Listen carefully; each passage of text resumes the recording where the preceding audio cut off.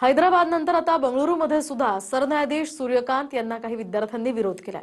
Law कॉलेजच्या पदवी प्रदान सोहळ्याचं सरन्यायाधीशांना आमंत्रण देऊ नका अशी भूमिका काही विद्यार्थ्यांनी घेतली आहे। पाहूयात।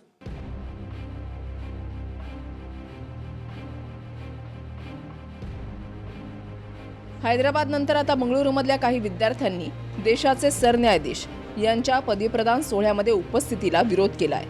बंगळुरूच्या एका लॉ कॉलेजच्या पदवीप्रदान सोहळ्यात देशाचे सरन्यायाधीश सूर्यकांत यांना आमंत्रण आहे। मात्र हैदराबाद प्रमाणेच इथेही सरन्यायाधीशांना काही विद्यार्थ्यांनी विरोध केलाय। एका सुनावणी दरम्यान सरन्यायाधीश यांनी काही तरुण बेरोजगारांना कॉकरोच म्हणून संबोधलं होतं। हेच तरुण नंतर मीडिया आणि आरटीआय क्षेत्रामध्ये जातात असंही ते म्हणाले होते। त्यांच्या याच विधानामुळे कॉकरोच पार्टीचा जन्म होऊन एक चळवळ उभी राहिली। त्यानंतर जंतर मंतरवर पोलिसांनी लाठीचार्ज केल्याच्या याचिकेवर संबंधित व्हिडिओ बघण्यात आम्हाला रस नसल्याची टिप्पणी कोर्टाने केली होती। त्यामुळेच काही विद्यार्थी सरन्यायाधीश यांच्या उपस्थितीला विरोध करतायत।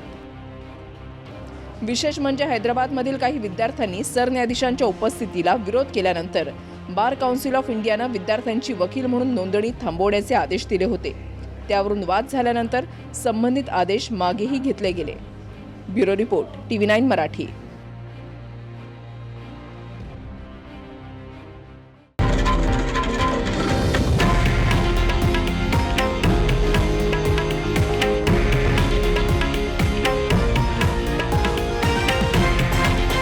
हे आहे देशातील नंबर 1 न्यूज नेटवर्क आणि आपण पाहत आहात TV9 मराठी, एकमेव।